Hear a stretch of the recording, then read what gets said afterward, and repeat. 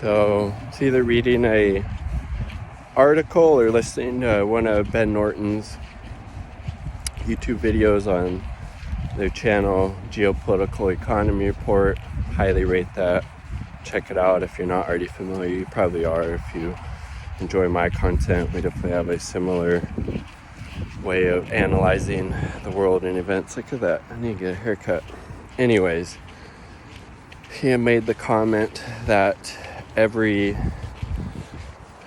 calling China authoritarian from people within the U.S. government is every accusation is just a confession, which is very frankly similar to the claims that the Israeli government was making about Palestinians committing sexual assault and murdering babies and all of that horrible atrocity propaganda that they were using to justify them doing those exact same things they were accusing the Palestinian resistance groups of engaging in.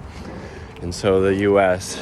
often you hear in corporate media, which is, just stenographers for the state here in the U.S. You have like 5 media companies that control like 95% of the media that you consume, obviously from a very pro-capitalist, pro-war, pro-imperialist, anti-communist perspective, and again, stenographers for the state, so you're going to hear them talking about how authoritarian China is. But do you see people in China, getting ripped off the street for criticizing the genocide that's being committed against the Palestinians by unidentified supposed government officials wearing masks, just abduct them off the street because they're a grad student who had the goal to sign a letter calling for their university to divest from the apartheid state of Israel, so their university is no longer complicit in funding and supporting the genocide. Okay, that's happening in the U.S., right? And that's just one example. And of course, you're not going to hear the corporate media refer to the U.S. state as authoritarian when things like that happen. Or